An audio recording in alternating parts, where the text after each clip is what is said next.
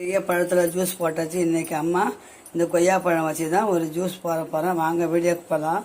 ஸ்பெஷலாக இருக்குங்க இந்த ஜூஸு, சூப்பராகவும் இருக்கும். வாங்க பார்க்கலாம் வீடியோவில் போய். துண்டை நறுக்கியாச்சு. இதை அப்படியே ஜாரில் போட்டுக்கலாம். எப்போவுமே நம்ம சர்க்கரை போடுவோம், இந்த வாட்டி வெல்லம் போட்டு அரைச்சி பார்க்கலாம். ரொம்ப டேஸ்டியாக இருக்கும். வாங்க ஜூஸ் எப்படி அரைச்சிட்டு வந்துடலாம். இப்போ பாருங்கள், வெல்லமும் கொய்யாவும் அரைச்சாச்சு. ஐஸ் போட்டு அரைச்சிருக்கிறேன். கொஞ்சம் நம்ம தண்ணி ஆட் பண்ணிக்கலாம். கொய்யாப்பழம் அவ்வளோ உடம்புக்கு நல்லதுங்க. ஐஸ் கியூப் போட்டுக்கலாம். நம்ம அரைச்சதை அப்படியே ஊற்றிக்கலாம். வடிகட்டணுன்ற அவசியம் இல்லை. கொஞ்சம் கட்டி கட்டியாக இருந்தாலும் குடிக்கும்போது நல்ல டேஸ்ட்டாக இருக்கும். பாருங்கள், இன்றைக்கி நானும் அப்பாவும் கொய்யாப்பழம் ஜூஸ் தான் குடிக்க போகிறோம். வாங்க ஒருவர்களே, கொய்யாப்பழம் ஜூஸ் எப்படி இருக்குன்னு பாருங்கள்.